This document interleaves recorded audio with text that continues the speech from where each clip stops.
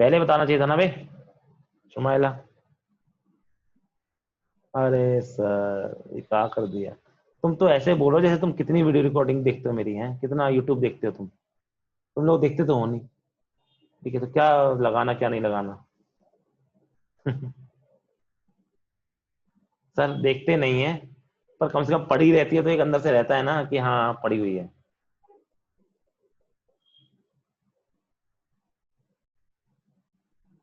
ठीक है तो आप लोग तो वीवी सॉल्व कर रहे हो, मैं एक काम करता हूँ रिकॉर्डिंग चालू कर दिया तो पीछे वाला वापस रिपीट कर देता हूँ एक बार। तो देखो होता क्या है, जब आपकी इस तरह की इमेज इस तरह का ऑब्जेक्ट होगा ए भी, जब आपका लॉन्गिट्यूड एक्सिस रखा है तो आप जब इमेज बनाओगे तो साफ साफ देख रहे हो ए आपका सेंटर ऑफ कर्वेचर पे, तो ए सेंटर ऑफ कर्वेचर पे, तो इसकी इमेज वापस से कहां बनेगी, सेंटर ऑफ कर्वेचर बनेगी। लेकिन बी आपका क्या है, सी और एफ के बीच में, जब बी आपका सी और एफ के बीच में होता है तो उसकी इमेज क्या बननी चाहिए, बियॉन्ड सी बन गई, थोड़ी एनलार्ज बनेगी, ये आप समझते हो बाय केसेस। दूसरी बात अगर करते हैं यहाँ पे आपका, तो यहाँ पे आपको सेंटर ऑफ कर्वेचर पे आपका ऑब्जेक्ट रखा है। ठीक है थैंक यू हिमांशु। अगर यहाँ पे सेंटर ऑफ कर्वेचर पे आपका ऑब्जेक्ट रखा है बी पे, तो सेम हाइट की आपकी ऑब्जेक्ट बनना चाहिए, बिल्कुल बन गया। ठीक है ए अगर आपका बियॉन्ड सी रखा है तो उसकी इमेज क्या होनी चाहिए, सी और एफ के बीच में, और सी और एफ के बीच में मिल गई, तो मैंने ऐसे बना दिया। पर ये डायग्राम गलत बनेगा, डायग्राम गलत ही नहीं पाप कहलाएगा। क्यों कहलाएगा पाप, बिकॉज बिकॉज आपने ये ध्यान नहीं दिया कि जब आपका ऑब्जेक्ट बियॉन्ड सी रखा होता है, जब आपका ऑब्जेक्ट बियॉन्ड सी रखा होता है नीचे वाले डायग्राम में, जब आपका ऑब्जेक्ट बियॉन्ड सी रखा होता है तो उसकी हाइट क्या हो जाती है, छोटी हो जाती है, उसकी हाइट क्या हो जाती है, छोटी हो जाती है। विच मीन्स कि अगर आपका ए यहाँ पे रखा है तो इसकी हाइट थोड़ी कम बनेगी, कम बनेगी तो आपका फाइनल इमेज जो होगी वो थोड़ी सी टेढ़ी हो जाएगी। ठीक है अब नेक्स्ट बात सुनो, यहाँ पे मैंने बोला कि इस सवाल को भी आप कर सकते हो बड़े इजीली, इस सवाल को बड़े आप इजीली कर सकते हो कि आपका ए यहाँ पर आपका बियॉन्ड सी, तो इसकी इमेज कहाँ बनेगी, आपके ए और सी के बीच में छोटी छोटी हाइट की। बी आपका कहाँ है, सी और एफ के बीच में, तो इसकी इमेज कहाँ बनेगी, बियॉन्ड सी बनेगी, लेकिन आपका थोड़ी सी बड़ी बनेगी, इसलिए यहाँ पे टेढ़ी। अब मैग्निफिकेशन बच्चों होती है दो तरह की, मैं जल्दी बोल रहा हूँ, मैग्निफिकेशन होती है आपकी दो तरह की, एक होती है ट्रांसवर्स मैग्निफिकेशन और दूसरी होती है आपकी लॉन्गिट्यूडिनल मैग्निफिकेशन। जो ट्रांसवर्स मैग्निफिकेशन हमने पढ़ी है पहले, वही होती है, वो क्या होती है, M is equal to H I upon H O. समझ में तो आ चुका ना पहले, इसलिए आप सिर्फ रिकॉर्डिंग को देख लोगे, और रिकॉर्डिंग आप लोगों के लिए ही बनी है, बाकी बाहर वाले रिकॉर्डिंग नहीं देखते इतनी। तो M is equal to H I upon H होता है, एच आई और एच ओ क्या होता है, आपके measured perpendicular to the principal axis. लेकिन दिक्कत ये है कि हमेशा आपकी body perpendicular to principal axis नहीं होती, जब आपकी body perpendicular to principal axis नहीं होती तो उस केस में आप क्या निकालते हो, उस केस में निकालते हैं लॉन्गिट्यूडिनल मैग्निफिकेशन, एम एल जिसको हम बोलते हैं। एम एल क्या होता है आपका, length of image upon length of object. जब आपकी लेंथ ऑफ इमेज और लेंथ ऑफ ऑब्जेक्ट ये क्या है, ये आपकी अलोंग द लॉन्गिट्यूडिनल एक्सिस या sorry parallel to longitudinal axis, इसको मेजर किया था। अब आपके सामने एक सवाल है, सवाल क्या है आपका कि कोई बॉडी है आपका ए बी, इस तरह से मैंने आपको डायग्राम में दे रखा है, और आपका उसकी इमेज, इमेज तो आप बनाना सीख गए हो, पहले मैंने बनाना सिखा चुका हूँ आपको। अब जब भी इस तरह का सवाल आता है कि आपसे बोला जाए कि इसमें लेंथ ऑफ इमेज निकालो या लॉन्गिट्यूडिनल मैग्नीट्यूड निकालो, सबसे पहले आपका खेल क्या होगा, एल आई और एलओ निकालना। जो एल आई का फॉर्मूला वो होता है हमेशा V B minus V A, और एलओ का फॉर्मूला होता है V B U B minus U A, बस मॉड लगा दो क्योंकि हमें इसकी सिर्फ वैल्यू चाहिए। जब भी आपके एक्सटेंडेड ऑब्जेक्ट आते हैं तो आप हमेशा एंड पॉइंट्स के को लेकर सवाल सोल्व करते हैं, तो एंड पॉइंट्स को लेकर जब हम इस क्वेश्चन करते हैं तो ए के बारे में हमें कुछ सोचने की जरूरत नहीं, बिकॉज ए आपका सेंटर ऑफ कर्वेचर रखा है तो उसकी इमेज भी सेंटर ऑफ कर्वेचर बनेगी, तो यू ए और वी एक बराबर हो जाएंगे 2f यानी -20 सेंटीमीटर। जब बी की बात करता हूँ तो बी आपका पहले यहाँ पे रखा था मेन डायग्राम में, ऊपर वाले डायग्राम में, तो यू बी की वैल्यू कितनी हो जाएगी 10 plus your distance, your distance कितना है 2f, 2f मतलब 20 प्लस 10, तो आपका निकल के आएगा -50, एफ आपका -10 होगा, तो वीबी कितना निकल के आ जाएगा। आई होप वीबी आपने बस एक बच्चे ने सॉल्व किया वीबी की वैल्यू, एक बच्चे ने सॉल्व की वीबी कर लो बेशर्मा। बाकी लोग क्या कर रहे हो, सो रहे हो आप बैठे बैठे,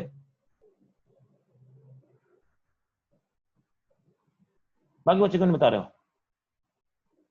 +15 होगी -15 होगी, कौन बोलेगा। हाँ हैप्पी जी, बस आपने बोला था और किसी ने नहीं बोला था, तो मनदीप ने बोल दिया था। हाँ +15 -15।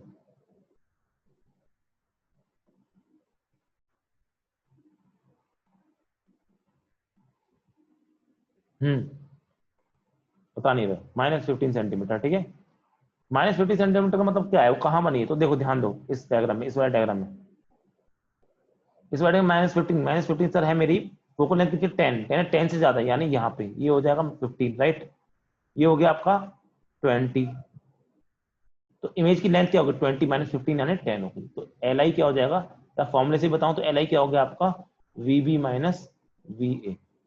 वी बी क्या है, अगर आप साइन के साथ भी रखते तो कोई प्रॉब्लम नहीं है, -15 रखोगे इसको, और वी क्या रखोगे -20 रखोगे, और आप कहां से क्या तब भी क्या निकल के आएगा 5 सेंटीमीटर ही निकल के आएगा।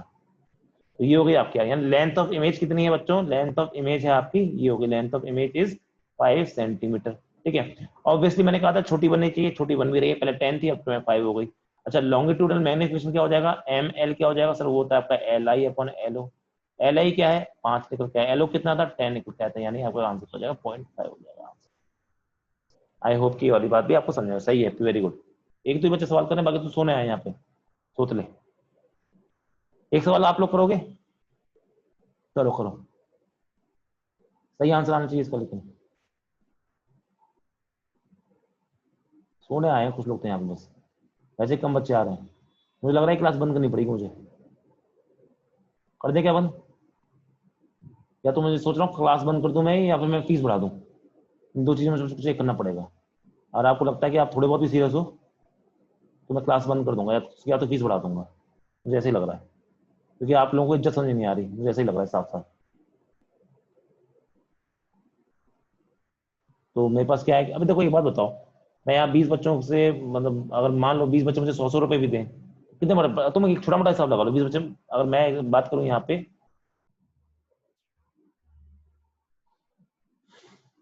मैंने पूछा था कितना आएगा, अभी एक बच्चे ने आंसर किया था तब तक बस।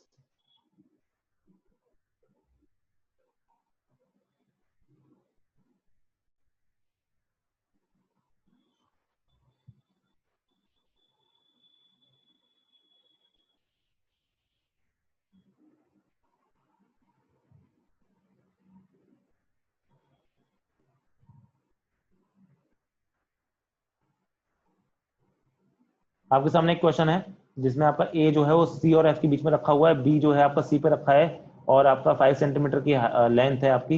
इस केस में आपको निकालना है लेंथ ऑफ इमेज, निकालो। एनसीईआरटी का क्वेश्चन है, एनसीईआरटी में दे रखे हैं क्वेश्चन।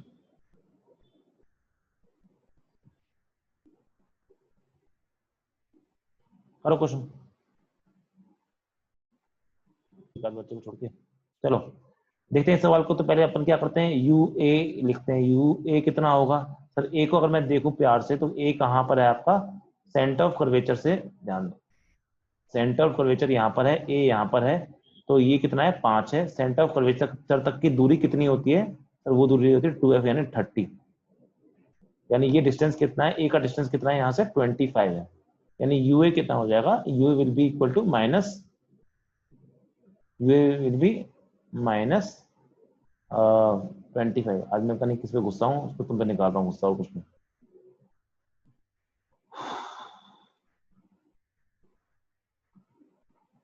और किस पे निकालूंगा गुस्सा? तुम ही तो अपने इस टाइम पे।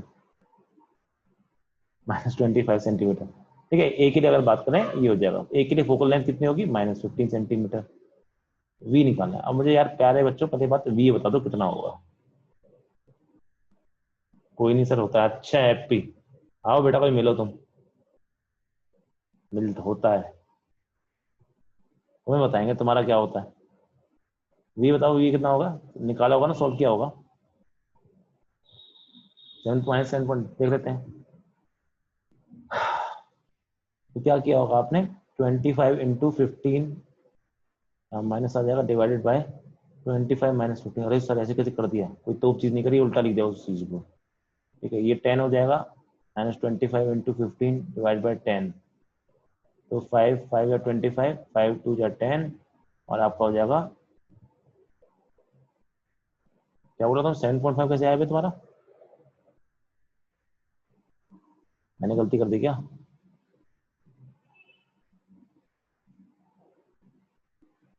22.5 कैसे आया भाई? अरे तुम फाइनल आंसर बता रहे हो। ये क्या आया पहले तो ये बता दो मुझे। मेरा तो -37.5 आ रहा है, तुम्हारा क्या आ रहा है? मैंने कुछ गलती करी क्या? जल्दी बताओ, गलती करी तो।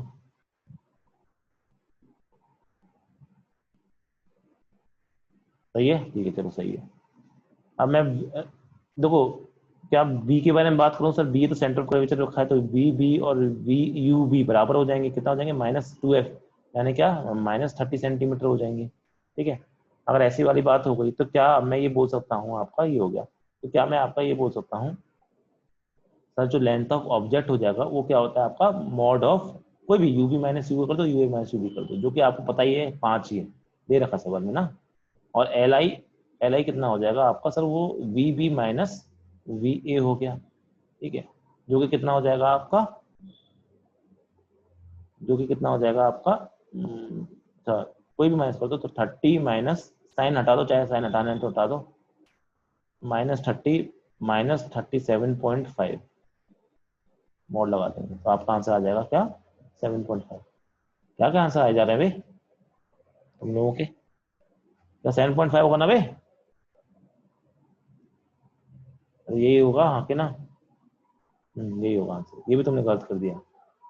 तृप्ति जी कुछ बोलना चाहिए? तृप्ति जी आप अपना हाथ ना खड़ा करें, आप उसमें चैट में बताएं क्या दिक्कत है, क्योंकि हाथ खड़े करके मैं क्या बताऊं उसमें मतलब। तृप्ति जी गलती से किया है कि कर दिया है? You raise your hand.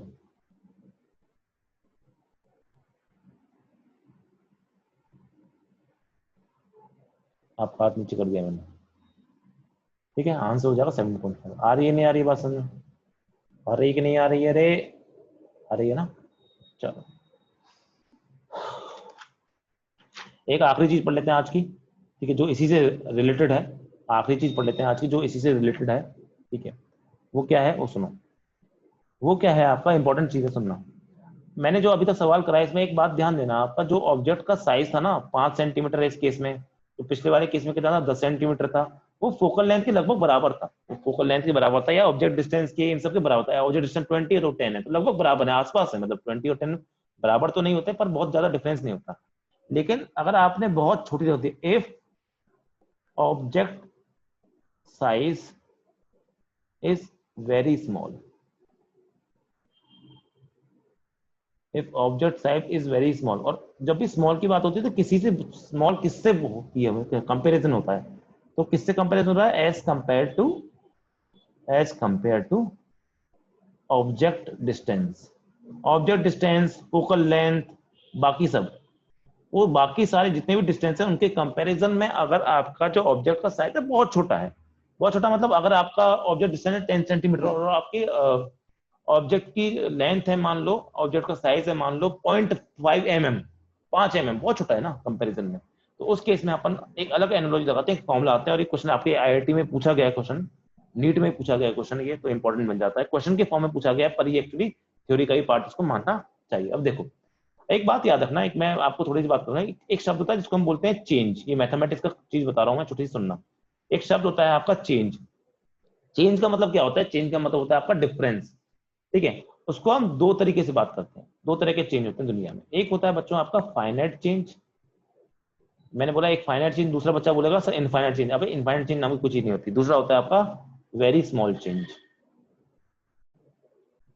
एक होता है फाइनाइट चेंज, मतलब फाइनाइट चेंज का मतलब क्या होता है कि जिसके मेजरमेंट को हम नाप सकते हैं, उसको हम जनरली डेल्टा से रिप्रेजेंट करते हैं या डेल्टा एक्स। और इसको जब भी वेरी स्मॉल चेंज की बात आती है तो उसको हम डीएक्स यानी डिफरेंशियल एक्स से रिप्रेजेंट करते हैं। जैसे फॉर एग्जांपल इसको हम रिप्रेजेंट करेंगे क्या, x final minus x initial से, और इसको हम डीएक्स, डीएक्स का मतलब भी यही होता है, डीएक्स का मतलब भी यही होता है, बस फर्क क्या होता है वो सुनो।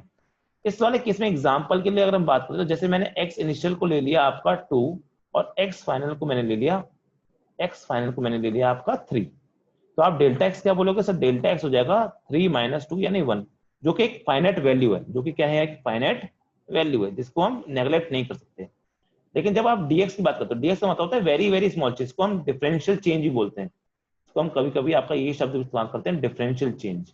डिफरेंशियल शब्द का मतलब ही होता है बहुत छोटा, नाम है डिफरेंशियल पर इसका मतलब है कोई डिफरेंस, ज्यादा डिफरेंस नहीं।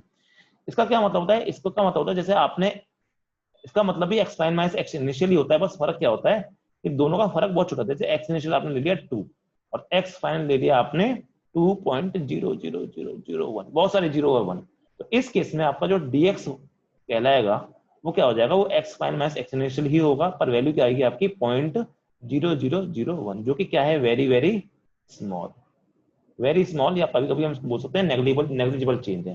तो बच्चों जब भी आपके नेग्लिजिबल चेंज या वेरी स्मॉल चेंज की बात होती है तो उसी चीज को हम डी एक्स से रिप्रेजेंट करते हैं, हाँ कि ना? हाँ।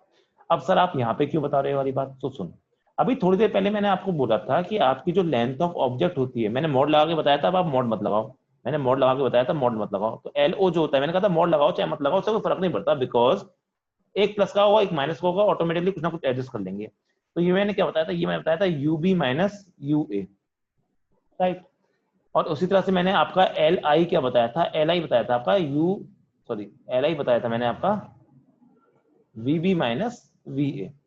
क्या ये बी और ए, बी और ए क्या आपको फाइनल और इनिशियल जैसे नहीं दिख रहे? हाँ सर कुछ ऐसे दिख रहे हैं, ठीक है।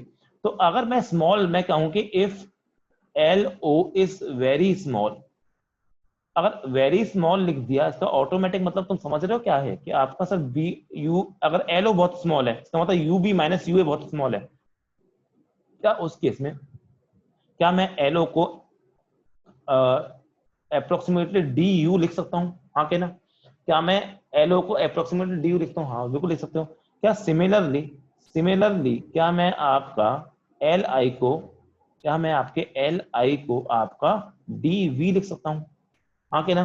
बिल्कुल हाँ सर DV लिख सकता हूँ। जब बहुत, क्योंकि जब ऑब्जेक्ट बहुत छोटा है तो इमेज भी क्या बनेगी, बहुत छोटी बनेगी, तो उस केस में आप DV लिख सकते हो। सर AB ये सब कहाँ गया? वो तो अपने D में कंपेयर होगा ना, D का मतलब चेंज है, बट छोटा माइनस मतलब आपका डिफरेंस है, तो D का मतलब डिफरेंस, U का मतलब उन दोनों की वैल्यूज। तो ये हो गई बात। जब ये सिर्फ तब की बात हो रही है जब आपका सब कुछ बहुत छोटा छोटा है। उस केस में सवाल आपसे पूछता है, उस केस में आपसे सवाल पूछता है कि भाई बताइए कि आपका सवाल आता है कि बताइए फाइंड लॉन्गिट्यूडिनल मैग्निफिकेशन। ये क्वेश्चन आया है आपके एग्जामों में, और ये क्वेश्चन की तरह मान लो इसको, चाहे आप इसको मान लो एज अ कंसेप्ट, दोनों ही मान लो, लेकिन अगर आपको कंसेप्ट नहीं आता तो क्वेश्चन भी कैसे कर पाओगे। अब सुनो, फाइंड द लॉन्गिट्यूडिनल मैग्निफिकेशन। तो इस केस में जब मैग्निफिकेशन निकालना होगा तो हम क्या बोलेंगे सर, मैग्निफिकेशन क्या होता है आपका LI अपॉन LO होता है। हाँ सर ये तो होता है। अब LI अपॉन LO क्या, LI क्या है सर, वो तो हो जाएगा DV, और LO क्या हो जाएगा, वो हो जाएगा DV। अब आपको क्या निकालना है इस केस में, आपको V अपॉन U का रेशो नहीं, DV अपॉन DU का रेशो निकालना है, differential of V upon differential of U का रेशो निकालना है। बहुत इंपॉर्टेंट है, ध्यान देना, क्योंकि जिसको निकालने के लिए जो मैं मैथमेटिकल्स चीज लगाने वाला हूँ वो आपकी नेक्स्ट क्लास में वापस यूज होने वाली है, इसलिए प्लीज ध्यान देना।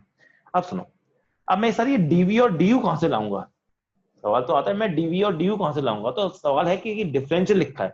अब फिर से मैथ पे लौट के आते हैं, मैंने कहा था ना मैथ आपको खुद से पढ़ रही है, नीट वाले बच्चों को खासकर डिफरेंशिएशन खुद से पढ़ना है। नहीं पढ़ा तो मैं बताऊंगा कि जहां जहां यूज पड़ेगा मैं एक बार एक्सप्लेन करूंगा।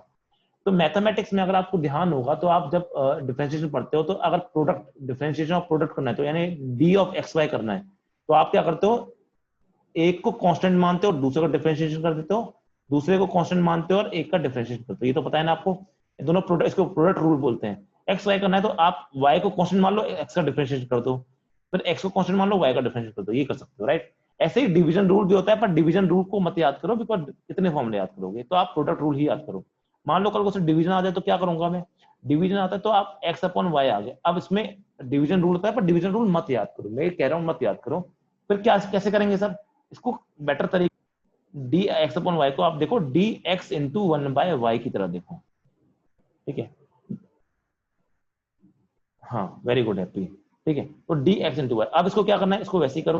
क्या करना है सर, इसको मैं 1/y को कांस्टेंट मान लूंगा, डी एक्स कर दूंगा, ठीक है, प्लस एक्स को कांस्टेंट मान लूंगा और डी 1/y कर दूंगा। इस तरह से भी किया जाता है, ठीक है। अब एक और एक्स्ट्रा चीज मुझे बतानी है, जिनको नहीं आती मैं तो उसके लिए बता रहा हूँ बेसिकली मैं, वो क्या है कि डिफरेंशिएशन ऑफ 1/x कितना होता है सर, वो होता है -1/x²। क्यों होता है, कैसे होता है, ये सब मैं अभी नहीं डिस्कस करने वाला, क्योंकि फॉर्मूला है। फॉर्मूला क्या होता है आपका, x की पावर n अपॉन n+1 हो जाता है ना फॉर्मूला, तो वो आपको पता होना चाहिए। बस याद रखो 1/x, जब भी 1/x आ जाए तो उसका डिफरेंशिएशन क्या होता है, -1/x² होता है। इसका मुझे यूज करना है, इसलिए मैंने सारा ज्ञान आपको यहाँ पे दिया। अब देखो सर ये डीवी और डी यहां से मैं कहां से लेके आऊंगा, तो ऐसा कोई फॉर्मूला है क्या आपके पास में, क्या ऐसा कोई आपके पास में फॉर्मूला है जिसमें वी और यू दोनों आते हो? सर हाँ एक फॉर्मूला तो होता है, कौन सा फॉर्मूला, वो है आपका मिरर फॉर्मूला। एक ऐसा फॉर्मूला है जिसमें वी और यू दोनों आते हैं और वो हमेशा वैलिड होते हैं। वो कौन सा फॉर्मूला है आपका, मिरर फॉर्मूला। कैसे सर, 1/v + 1/u = 1/f, ये फॉर्मूला आता है ना, राइट। अब अगर आपका मिरर फिक्स है, मिरर अगर सेम लेके चल रहे हो, अगर मिरर सेम लेके चल रहे हो तो क्या उसकी फोकल लेंथ भी क्या हो जाएगी, हमेशा सेम रहेगी। और सेम जो रहती है हमेशा चीज, उसको हम क्या बोलते हैं, उसको हम कांस्टेंट बोलते हैं, यानी फोकल लेंथ क्या रहेगी आपकी, कांस्टेंट रहेगी। और इतना तो हर बच्चा जानता है कि किसी भी कांस्टेंट का डिफरेंशिएशन करते हैं तो बच्चों आंसर क्या निकल के आता है आपका, 0 निकल के आता है। अगर f कांस्टेंट है तो इतना तो हर बच्चा समझता है कि 1/f क्या होगा, ये भी तो कांस्टेंट ही होगा ना।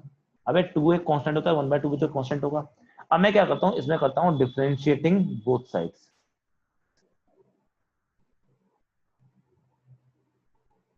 Differentiating both side. v और u कांस्टेंट नहीं है, क्योंकि v और u की वजह से तो आपकी लेंथ ऑफ इमेज और ऑब्जेक्ट आ रही है। जब 1/v को डिफरेंशिएट करता हूं तो मैंने क्या बोला, d ऑफ, मैंने आपको बताया ना अभी, d ऑफ 1/x जनरल, तो ये क्या होता है -1/x² होता है, और साथ में हम dx लिख देते हैं, साथ में हम dx लिख देते हैं क्योंकि लिखते हैं, ठीक है। अब यहाँ पे जब मैं लिखूंगा d, इसको यहाँ पे आता है -1/v², तो मैं इसको लिखूंगा dv, फिर -1/u² du। आई होप कि इस स्टेप में किसी को कोई प्रॉब्लम नहीं होगी। मैंने कुछ नहीं किया, एक बार x को v मान लिया, एक बार x को u मान लिया, डिफरेंशिएट कर दिया, ये आ गया इज इक्वल टू 1/f तो कांस्टेंट है, इसका डिफरेंशिएट करूंगा तो क्या हो जाएगा, 0 हो जाएगा। आई होप से समझ में आया होगा, ठीक है। अब सुने, नो सर बिल्कुल नहीं, सुमाइला समझ में नहीं आया आपको, समझ में नहीं आया, कैसे समझ में आया देखो, क्या यहाँ पे पहले 1/v, ये वाली बात समझ, तो a प्लस b का डिफरेंशिएशन अगर करना है तो इसका डिफरेंशिएशन होता है, यार मैंने कहा था पहले आपसे डिफरेंशिएशन पढ़ के आओ, तो dA और यहाँ प्लस माइनस भी होता है, तो dA और dB होता है ना इस तरह से।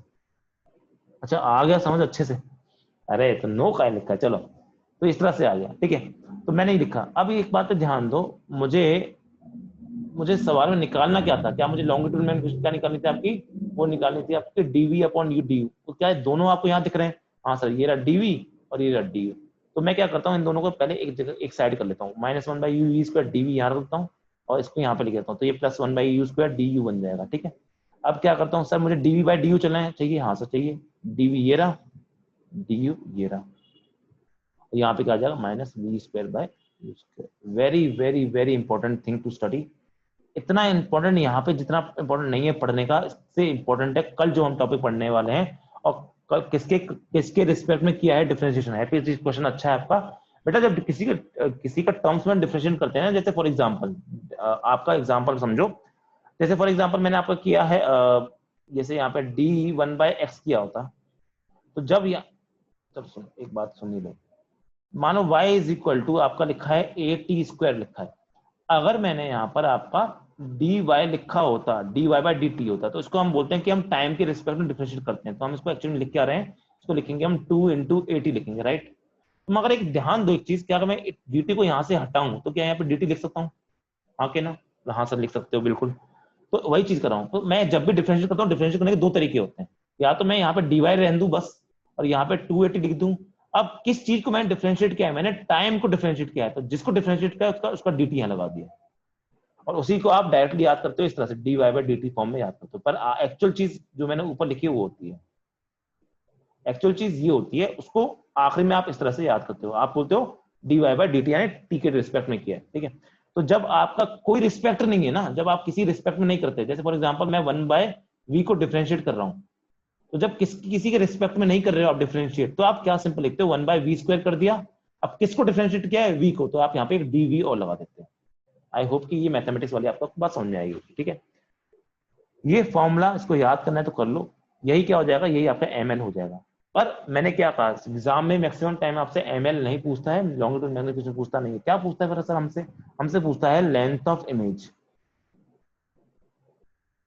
तो लेंथ ऑफ इमेज क्या हो जाएगी सर, वो होती है dv, और dv को इस ऊपर वाले फॉर्मूले से क्या लिखता हूं मैं, -v/u² du लिखता हूँ। आई नहीं आई बस नहीं, तो आप इसको एक तरह से याद कर सकते हो, ये इंपॉर्टेंट चीज है, एग्जाम में ये चीज पूछी गई है कई बार। आई होप की वाली चीज आपको समझ में आई होगी। लेकिन याद रखना है, इस सवाल को सॉल्व करते टाइम पे आपको v भी चाहिए, u भी चाहिए, ठीक है, v भी चाहिए, u भी चाहिए। तो ये v और u कहां से आएंगे, v और u आएंगे, मान लो क्योंकि उस बॉडी का साइज बहुत छोटा है, तो मान लो बॉडी क्या है आपकी, बहुत छोटी है, छोटी है ऑब्वियसली, मान लो बॉडी क्या है आपकी, बहुत छोटी है, आपकी बॉडी बहुत छोटी है, तो उस केस में आप बॉडी को पॉइंट साइज मान के उसका u और v निकाल लो, बॉडी को पॉइंट साइज मान के उसका v और u निकाल लो। तो मैं कहूंगा v and u are calculated by assuming point size. कोई मिड पॉइंट नहीं उठाना, कोई कुछ नहीं, पॉइंट साइज। और जब वो दो v और u आ जाए तो v और u को यहाँ रखना, du जितना भी छोटा होगा, कुछ ना कुछ तो होगा ना, 5 mm 6 mm कुछ तो होगा, वो यहाँ रख देना, dv आपका निकलता है, और dv क्या होगा आपका लेंथ ऑफ इमेज। अब क्लास खत्म करने से पहले इस पे एक सवाल कर लेते हैं जो आईआईटी में पूछा गया है। सवाल सुनो, सवाल है इस तरह से, अच्छा क्वेश्चन है, ठीक है, नया कॉन्सेप्ट है, पर एक तो पिछले जो फॉर्मूला मैंने लास्ट पेज में करवाया वो पूछा गया था एग्जाम में, और दूसरी चीज आपसे वो पूछी गई है जो मैं अभी क्वेश्चन करवा रहा हूँ। नीट में नहीं पूछा गया था थैंकफुली, पर फॉर्मूला पूछा गया था। अब सुनो, फोकल लेंथ इस क्वेश्चन की मैंने आप इसकी दे रखी है 60 सेंटीमीटर, सॉरी 60 तो ज्यादा हो जाएगा, 20 सेंटीमीटर मैंने आपको फोकल लेंथ दे रखी है, ठीक है। और यहाँ पे है आपका कोई ऑब्जेक्ट ए से लेकर बी तक का, ज्यादा बड़ा बना दिया, कम बड़ा नहीं बनने का, छोटा ऑब्जेक्ट लेना था ना। ठीक है, मैंने एक छोटा सा ऑब्जेक्ट बनाया आपका, पर दिखाना तो थोड़ा बड़ा पड़ेगा ही ना आपको, ना आपको दिखेगा ही नहीं। और इसकी लेंथ मैंने आपको दे रखी है कुछ 2 mm, इसकी लेंथ मैंने आपको दे रखी है 2 mm, और यहाँ से यहाँ तक का कुछ डिस्टेंस दे रखा है आपको 60 सेंटीमीटर। तो आप पूछेगा क्या है, find the length of image. कोई बच्चा करना चाहता है तो कर सकता है, मैं आपको 2 मिनट का टाइम दे रहा हूँ, 2 मिनट के बाद मैं करूंगा इसको, बिल्कुल करिए ट्राई। फॉर्मूला याद है ना पिछले वाला, मैं वो वाला पेज भी आपके सामने पहले बताना चाहिए था ना। कोई नहीं, आपके सामने सॉल्यूशन तो है ही। ठीक है, ये सॉल्यूशन है आपके सामने। इसमें क्या किया है सॉल्यूशन, मैंने आपके ऑब्जेक्ट को दिख रहा है साफ साफ कि 2 mm है, जो कि एज कम्पेयर टू 60 सेंटीमीटर बहुत छोटा है। आज मेरे से गलती हो गई, मैं बार बार रिकॉर्डिंग करना भूल रहा हूँ। ठीक है, थोड़ा सा तबीयत खराब है, भगवान जाने क्या क्या है, मैं गुस्सा है तुम लोगों के ऊपर आज मेरा। ठीक है, तो ऑब्जेक्ट डिस्टेंस जो है आपका बड़ा है as compare to object length, तो इस केस में हम ऑब्जेक्ट को छोटा मान सकते हैं। ऑब्जेक्ट को अगर हम छोटा मान सकते हैं, इन दैट केस हम ये वाला फॉर्मुला लगा सकते हैं, जिसमें आपका डीवी क्या होता है एल आई, डी क्या होता है आपका L O. To find V and U, V और यू पता लगाने के लिए हम क्या करते हैं, आपके ऑब्जेक्ट को पॉइंट ऑब्जेक्ट मान के सवाल सॉल्व करते हैं। तो यू क्या हो जाएगा यहाँ पे -60, ठीक है, और एफ क्या हो जाएगा -20। इसकी हेल्प से इजीली हर बच्चा जो यहाँ पर है वो आपका वी निकाल सकता है, बड़ा इजीली मैंने आपका यहाँ से वी निकाल दिया, it will come out to -30। अब ये फॉर्मुला स्मॉल ऑब्जेक्ट मान के मैं इसको ये फॉर्मुला लगा सकता हूँ, DV upon D U equal to minus V, उसका अपन यूज करते, मैंने प्रूफ अभी इसका प्रूफ भी करवाया था। डीवी क्या होता है, length of image, D you क्या होता है, लेंथ ऑफ ऑब्जेक्ट, 2 हो गया, जो कि आपका यहाँ पे 2 दे रखा है सवाल में, 2 mm। ठीक है, तो यहाँ पे वैल्यू रख दी आपने, आंसर कर दिया, सॉल्व किया, तो it will come out to be L I will come out to be 0.5 -0.5। अच्छा, माइनस का क्या मतलब है, माइनस का मतलब सिर्फ इतना है कि अगर आपका पहले ए बी इस तरह से था, तो बाद में आपका ए बी इस तरह से हो गया, प्लस आता, तो प्लस का मतलब क्या होता है कि ए बी अगर पहले इस तरह था तो अब भी ए बी या ए डैश बी डैश वो भी इस तरह से बना है, बस इतना फर्क होता है। पर आपको इस सवाल में माइनस प्लस से मतलब नहीं है, मतलब है आपको लेंथ ऑफ इमेज कितनी निकल के आई, वो निकल के आई 0.5। आई होप कि क्वेश्चन आपको अच्छे से समझ में आया होगा। हाँ, थोड़ी सी रिकॉर्डिंग की प्रॉब्लम आज हुई है, थोड़ा सा दिमाग मेरा आज खराब चल रहा है, पता नहीं क्यों, वो आप लोगों को दिख ही गया होगा। अब क्या है कि किसके आंसर सही आया मैं देखता हूँ। पहली बात तो ये समझ में आया नहीं आया सबके, सब पैसे, अच्छा रुक जाओ, पैसे पैसे क्या है कि आप सब लोगों ने मुझे गलत आंसर दिए हैं, तो सबके सब लोग मुझे 20-20 रुपए जमा करेंगे, ठीक है।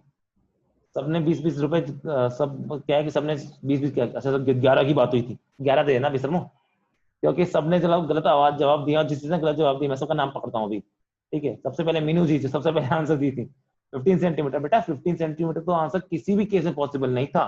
अबे जब इमेज 2 mm की है, जब इमेज 2 mm की, तो आपकी इमेज कैसे 15 सेंटीमीटर की बन सकती है। सेंटीमीटर तो बोलना ही गलत था उस टाइम पे। आपने अगर 15 भी बोला तो 15 ही बहुत बड़ा वैल्यू होती है बेटा, 15 नहीं हो सकता। ठीक है, हैप्पी के दिमाग तो पहले खराब हो गया था। तृप्ति जी का आंसर है -0.25, और -30 भी लिखा है कुछ, जो भी है, पर गलत है। हैप्पी जी का आंसर -0.4, सॉरी 0.48 गलत है। ठीक है, और उसके बाद में सर पैसे पैसे पैसे। तो आपका फाइनल डिसीजन क्या रहा कि ये 5 बच्चे जिन्होंने जवाब दिए हैं वो पांचों पांचों 11-11 रुपए, यानी 55 रुपए कल तक मेरे खाते में आ जाने चाहिए। और ऑब्वियसली आप सबको मेरा हिसाब किताब तो पता ही है कि कहाँ भेजने हैं आपको। ठीक है, तो चलो आज के लिए अपन इतना ही पढ़ते हैं, आज के लिए अपन इतना ही पढ़ते हैं, कल मिलते हैं अपन। ठीक है, क्लास समझ में आई आज की सबको, अच्छी क्लास थी। पहली बात तो आज की क्लास थोड़ी सी मैं कहूंगा हार्ड थी, इसलिए मैंने बहुत ही एक ही टॉपिक पढ़ाया, सिर्फ लॉन्गिट्यूडनल मैग्नीफिकेशन हार्ड थी। ठीक है, लेकिन समझ में आने लायक थी अगर आपने अच्छे समझा होगा। आई होप कि इस क्लास आपको समझ में आई होगी। ठीक है, प्लीज ढंग से पढ़ना, रिकॉर्डिंग जितनी काम की थी उतनी तो आई होगी आपको समझ में, बाकी जिसने क्लास अटेंड करी उसको तो और अच्छे समझ में आई होगी। ठीक है, चलो आज के लिए इतना ही करते हैं, थैंक यू वेरी मच, मिलते हैं आपसे नेक्स्ट टाइम, नेक्स्ट कल। ठीक है, और आपको मैं एससी अभी, अगर मैं 1 घंटे के अंदर आपको एससी वर्मा की फोटो ना भेजूं, तो आप में से किसी बच्चे का काम है कि ग्रुप पे या फिर मुझे अलग से मैसेज करके कह देना कि मुझे एससी वर्मा की फोटो लेनी है। ठीक है, चलो मिलते हैं आपसे next time, see you next time, चलो tata good bye, bye bye. Ram Ram ji, Ram Ram ji, thank you Meenu, thank you Riya, record बार बार देखूंगा। आज की क्लास अच्छी थी, मैं मना नहीं करता, इसलिए बहुत कम पढ़ाया मैंने, लंबी क्लास थी पर पॉइंट इंपॉर्टेंट थे। सर रिकॉर्डिंग की परमिशन दे दो, अरे रिकॉर्डिंग परमिशन मेरे पे नहीं आती यार, रिकॉर्डिंग परमिशन आपका वो होस्ट होता है वही कर पाता है। चलो मैं इसका भी कुछ जुगाड़ करने की कोशिश करता हूँ, इसका भी जुगाड़ करने की कोशिश करूंगा। ठीक है, कोशिश करता हूँ, मैंने इतनी कोशिश करी तो ये भी करते हैं। चलो थैंक यू वेरी मच, टाटा good bye, see you bye, मिलते हैं नेक्स्ट टाइम।